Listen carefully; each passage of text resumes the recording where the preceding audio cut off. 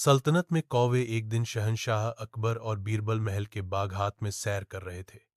गर्मियों की एक अच्छी सुबह थी और तालाब के आसपास बहुत सारे कौवे खुशी से खेल रहे थे।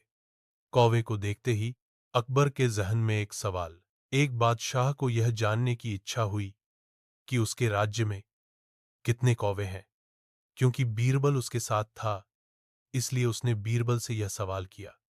कुछ देर सोचने के बाद बीरबल ने उत्तर दिया, महाराज के राज्य में 95,468 कौवे हैं। इसके तुरंत जवाब से हैरान होकर अकबर ने इसे दोबारा आजमाने की कोशिश की। क्या होगा अगर आपके जवाब से ज्यादा कौवे हों? बीरबल ने बिना किसी हिचकिचाहट के जवाब दिया, अगर मेरे जवाब से ज्यादा कौवे हैं तो कुछ कौवे दूसरी पड़ोसी राज्यों से भी आ रहे हैं। और अगर कौवे कम हों तो क्या होगा? अकबर ने पूछा। फिर हमारी ममलकत के कुछ कौवे छुट्टियां मनाने दूसरी जगहों पर गए हैं। अखलाक, अगर आप आसानी से सोचते हैं तो हमेशा एक रास्ता होता है।